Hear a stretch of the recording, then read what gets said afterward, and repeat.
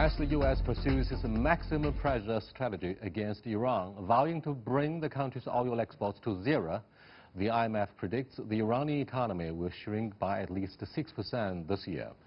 Tensions and conflict continue throughout the region, both on land and sea, and further negotiations on the Iran nuclear deal appear unlikely for now. So where is the situation heading? How is oil being used in the current power plays? And how can strategic rivalries in the region be managed and prevented from getting out of control? To discuss these issues and more, I'm happy to be joined in the studio by Wang Jin, Associate Professor at Northwest University of China, and Anna Tangen, Current Affairs Commentator. We will also speak to Gamba Nadari, columnist with KN International in Tehran via satellite. That's our topic. This is Dialogue. I'm Yang Ray.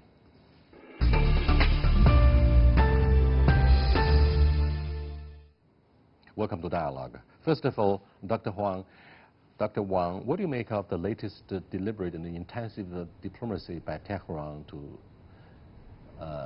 ease the tensions and to find a way out about both the nuclear deal and how to lift the economic sanctions? Well, we have to know that Iran's stance towards not only the United States but also towards the EU over the Iran nuclear issue is consistent. That is, first of all, United States, Donald Trump administration has to withdraw and lift all the sanction measures against Tehran, and goes back to the mechanism of the 2015, we call it JCPOA for short, or the Iran nuclear deal. And also Iran's stances and the requirements to the EU states is that the EU states should maintain the normal business ties with Tehran under the 2015 Iran nuclear deal. So that is, the stance is consistent. But right now the problem is that on the one hand, the United States, they still impose the sanctions and they withdraw from this JCPOA unilaterally without the consensus of the other states. And also on the other hand, that Iran believe that, okay, EU's measures, okay, they still kept and still observe the kind of JCPOA measures, but that's not enough. They hope to the normal business ties, normal commercial ties, not only the diplomatic manners. So this is the problem. It's a kind of standoff between Tehran on the one hand and the EU and the United States on the other hand. Anna, what do you make of the intensive diplomatic maneuvers by Tehran to leverage diplomatic resources in an attempt to ease the tensions?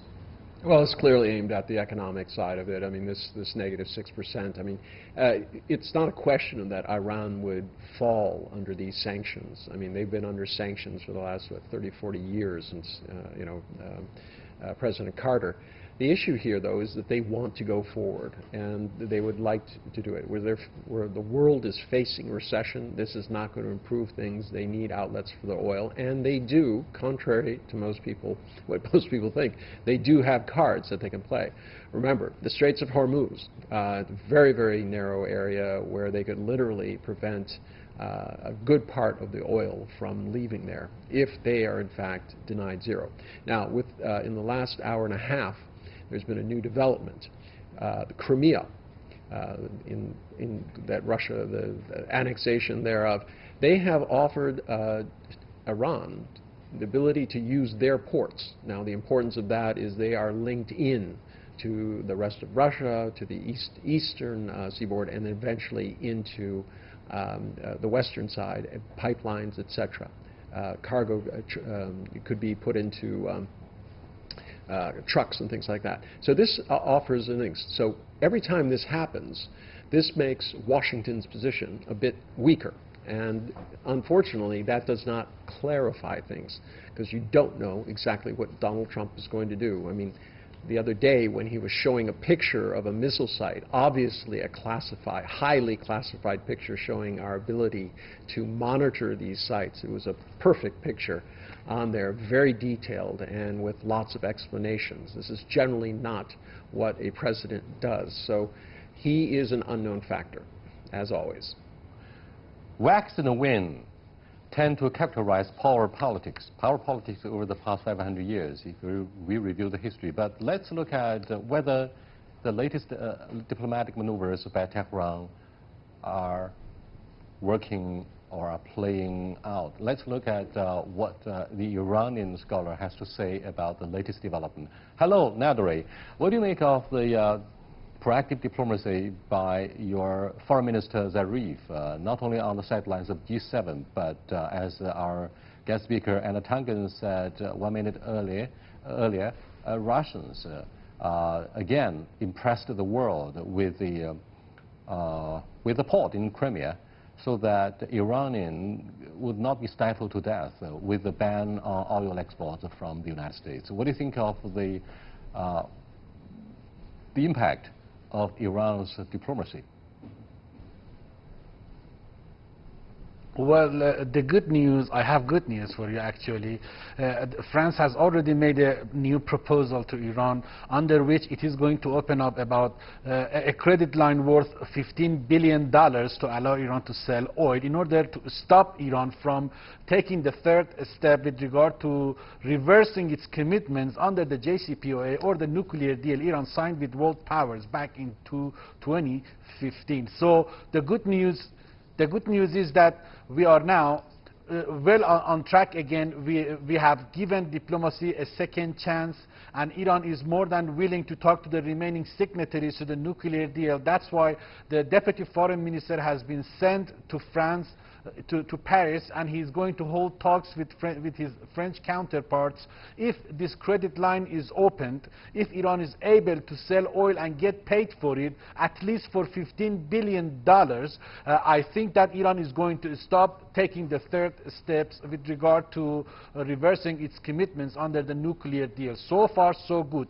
Let's cross our fingers and hope that by Thursday, France is going to help to open up this credit line as soon as possible. There's no doubt that since President de Gaulle and his ambition to set up the Fifth Republic in the wake of the Second World War as an independent member of NATO, that's pretty impressive. But Anna, but what the French government proposed amounts to a violation of the economic sanctions that President Trump imposed. No. The sanctions were unilateral as to the U.S. Now, what the United States has said is that anybody who violates U.S. sanctions would be sanctioned themselves. And they have, in essence, weaponized the SWIFT. This is the international payment system that banks use, and said that any violation of that would result in punitive measures against the company and possibly the country. What's interesting about that is last week there was a meeting in Jackson Hole, Wyoming, in the United States, and the head of the World Bank started talking about how over-leveraged the world is in terms of trading in dollars. Given the amount of trade that is elsewhere, why is almost 90% in dollars? And he said that there needs to be a multilateral approach where there are baskets of currencies which would allow a different system. This is clearly a move aimed at stemming the power that Trump has used in terms of weaponizing SWIFT, which, remember, was never supposed to be weaponized. When it was created, it was promised that under no circumstances would this be used as a political pressure tool against any country. Let me get back to Mr. Naderi. Our former top banker, Mr. Zhou Xiaochuan, since the financial meltdown back in the year 2008, proposed to establish a world currency above the sovereignty of a nation state, namely, for example, special drawing rights of the IMF, to sort of break up the deadlock that the United States imposed with SWIFT, which has been weaponized, as Anna Tangen here in the Beijing studio said. What do you think of, say, the prospects of using yet another world currency for oil transactions in the Middle East so that SWIFT could be bypassed effectively? Well, that's precisely what Iran has been telling its international trading partners for the past 40 years or so. The best option for many countries that are not on the same page with the United States government is to deal with their own currencies. That's precisely what Iran has been doing with Russia, with China, with India, with Iraq, and even with Pakistan. So why not with the rest of the international community? I think this is a perfect chance for the international community to wake up and smell the coffee, because today is Iran, tomorrow it could be China, it could be Russia, and it could be any other country that is not on the same page with the Washington. If America continues to weaponize its dollars against its rivals, I'm afraid that is going to affect the global economy negatively. So if we want to stop that from happening, if we want to stop global economic slowdown, we have no choice but to look for other options, including dealing or trading in our own local currencies. So I think this is a perfect chance for Iran and its international partners to talk to each other, to realize that aside from the US dollar, there are also other currencies that they can rely on in order to transact their goods and services, at least between their own countries. So I think that is a good proposal. I think Iran is taking this very seriously. We don't need US dollar for every single transaction in the market. We are pretty much able to also trade in our own local currencies. Since perhaps 3 years ago, what China sought to avoid, one of the bad scenarios is to minimize the impact of SWIFT and the primacy of US dollars for the global trade settlement. Now the major issue is whether most members of the EU would agree. Economic sanctions against Iran since the reversal of the nuclear deal by the Trump administration remains a very important issue on the agenda of the EU leadership. So what do you think of the political will and the readiness of Europeans to bypass SWIFT and to protect their own stakes in the Middle East? Well, we have to say that EU, as Euro, very closely stick to the JCPOA, and also the leaders of many EU countries such as France, such as Germany, and also as the new leaders of Britain, they have expressed their willingness and determination to still keep and observe this JCPOA. But the problem is that diplomatic ways, diplomatic manner, diplomatic rhetorics are not enough. They have to encourage, from the perspective of Iran, the EU countries, they have to encourage and create really, that's the mechanism that will really help. But I'm afraid by the end of October, there wouldn't be any single voice, and there never existed such a single voice coming out of the EU with Brexit. The new leadership of Boris Johnson, the newly elected British Prime Minister, the recent news is the release of a tanker from Gibraltar, the British territory, and that has caused consternation on the Washington side. What do you think of, say, the UK, that may not necessarily take side with Washington almost on all the issues, despite the joint patrol of the Gulf, the Hormuz Gulf? The UK, they have their own independent stances, towards the Gulf region, because even from the oil, and energy perspective, that UK as any other the European countries, they do not rely upon or depend upon very heavily upon this kind of the oil transported from the Gulf region, and because they depend more on the gas energy from Russia and also other parts of the world. So for them, their major interest in this region is that, okay, you should keep the stability, you should keep the peace, the circumstances in the Gulf region.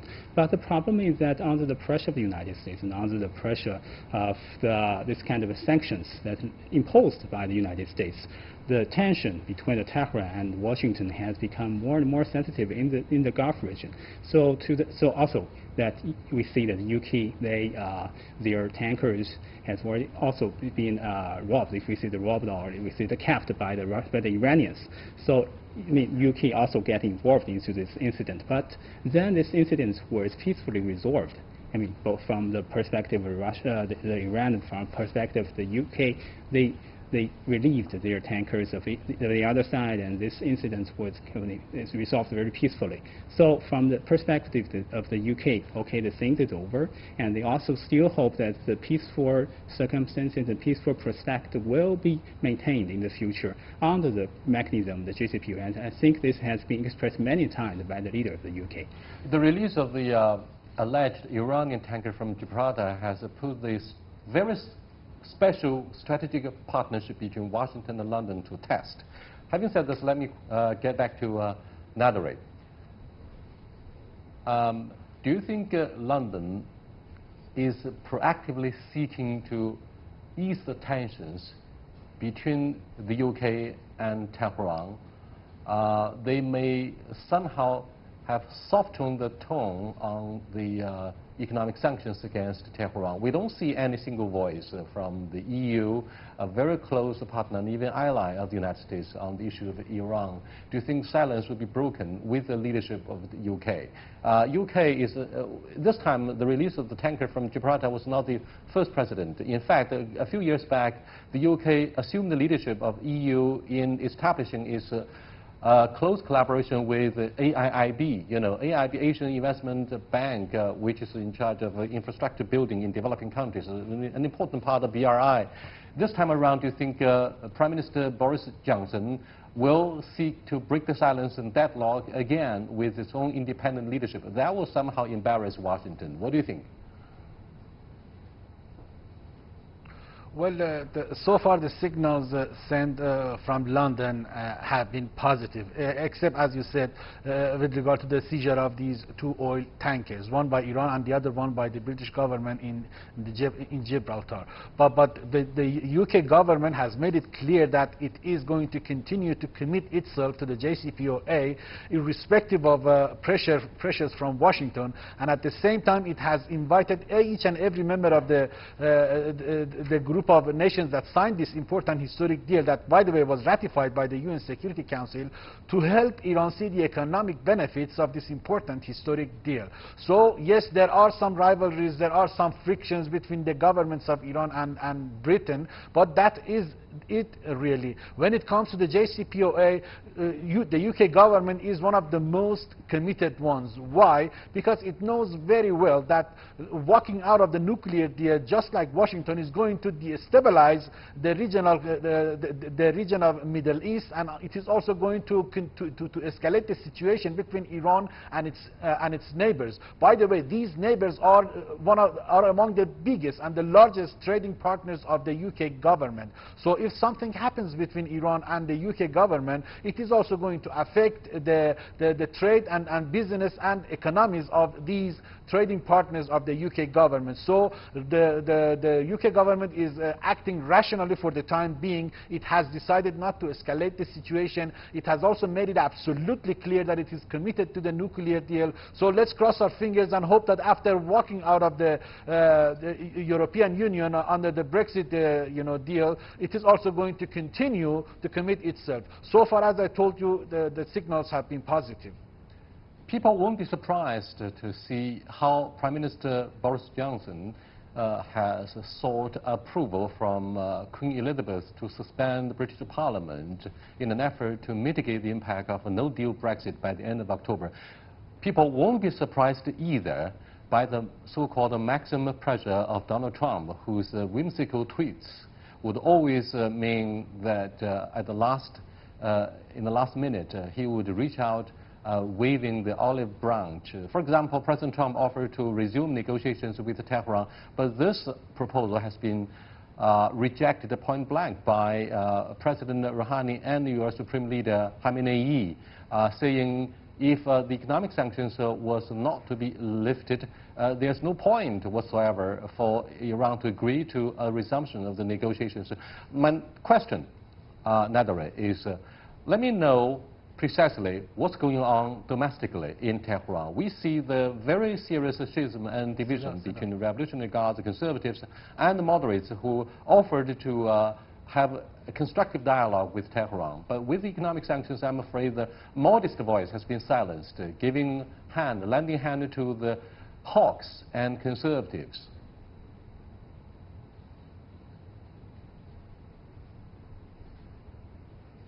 Nadari?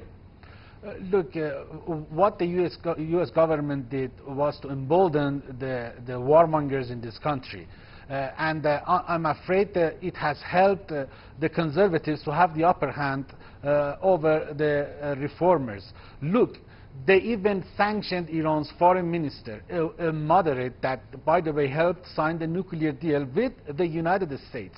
So the situation is very bad for the government here. It doesn't have an open hand anymore, and at the same time they have made it absolutely clear to the government, the conservatives, the hardliners, that it has no right whatsoever to talk to the United States, let alone sit down for negotiations. If there are going to be any negotiations between Iran and the United States, that has to happen within the framework of the JCPOA, and for that to happen, the US government has no choice but to return to the nuclear deal. If that happens, there would be dialogue between Iran and the United States, but within the framework of the JCPOA, and other signatories to the deal will also be sitting at the same negotiating table. Let's move from a focus on the nuclear deal to the...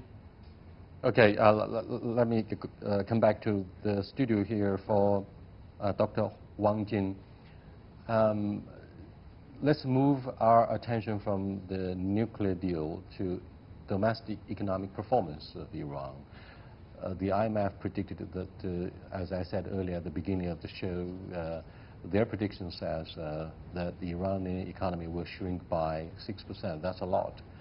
So economic considerations would always be prioritized on the agenda of domestic political leadership. And if there are any power struggles between moderates and hawks, economic performance would always have the final say. What do you think of, say, the confidence, quote unquote, of the Iranian authorities in rejecting any demand from or request from Washington to resume the negotiations? The problem I think we have to stress here is that it's not, how the Iran's response to the Washington, but actually Iran has no other choices. So as Iran has always called for the kind of the resistance economy, not only this kind of slogan that comes from Khamenei, the supreme leader of Iran, in short, that Iran, this resistant economy, that they should depend on themselves. They should develop the more internal economy potentials. But the problem is that given this kind of sanctions, given this kind of pressures, economic mechanism pressures from the United States, the window to the outside has been shut down by the United States sanctions. So the Iran has very limited access to the outside world. So that makes Iran's economy more and more difficult to develop. So against this backdrop, no matter moderate group or the conservative or even the hardliner groups, they have this kind of agreement, or that yes, they should develop the economy, but against this backdrop, in front of the United States sanctions, the only way that they could do is to try to show the resistant manners. To shoot defiance. I'm going to disagree with you a little bit there. The one elephant in the room we haven't mentioned is the regional rivalry between Saudi Arabia and Iran. And quite frankly, sometimes Iran's case is not helped by the fact that it comes off as a take it or leave it. It's my way or the highway. And that's not the situation. Yes, Iran has some cards. Regional instability would be one. Blocking off the Straits of Hormuz would be two. These would cause catastrophe regionally and also internationally. The cost of that, all that oil not being able to get out, would be immediate to the rest of the world.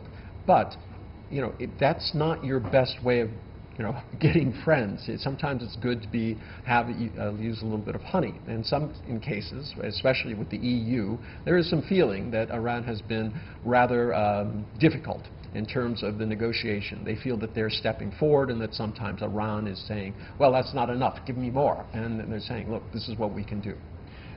Well, Iran is said to be both a pawn in the game as well as a player, and it takes some of the blame, for example, regarding the role of Hezbollah in Lebanon. And Hezbollah, the militancy of Hezbollah in the territory of Syria is said to be used to attack Israel, hence the reprisals by Tel Aviv.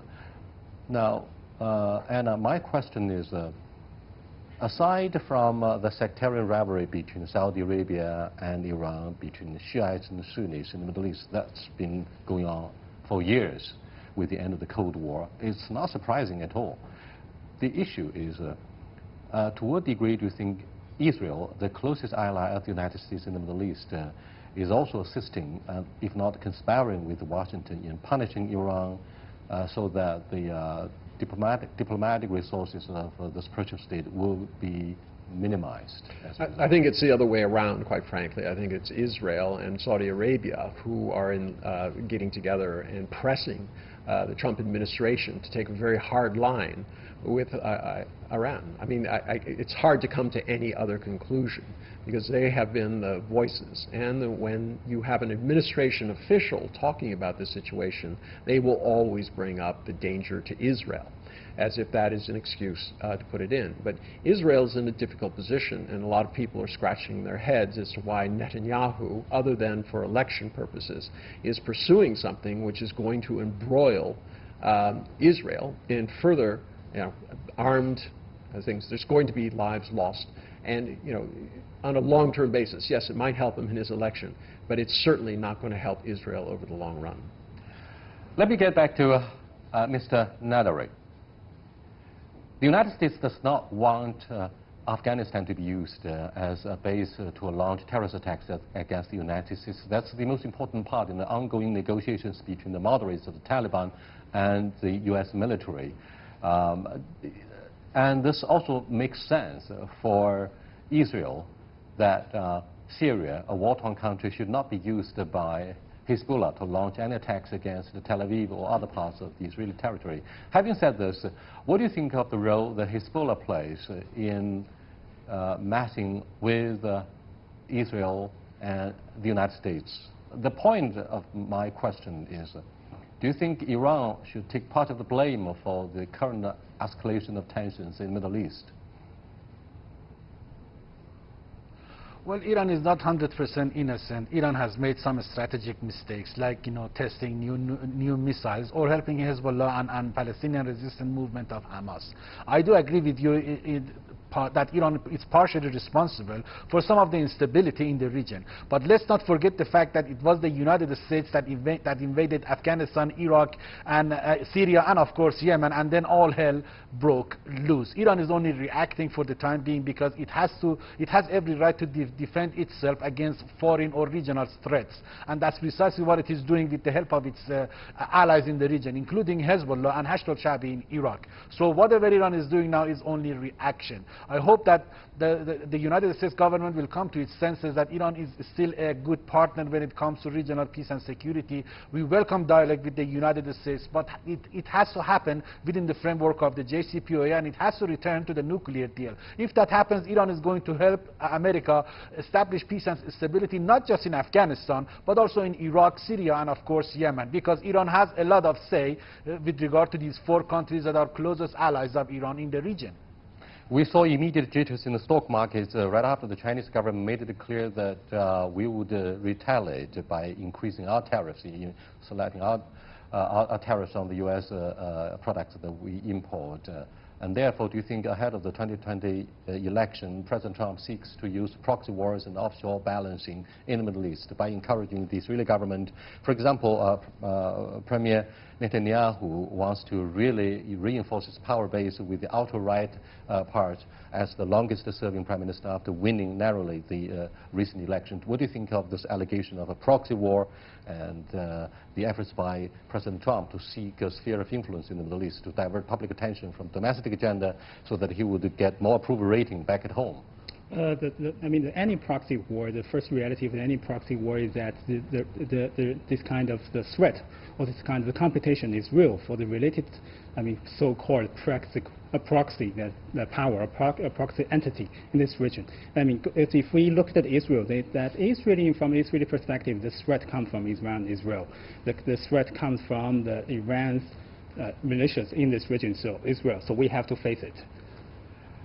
That's perhaps the flashpoint, proxy war in the Middle East, to help gain some of the approval ratings that President Trump lost ever since the Chinese government decides to retaliate.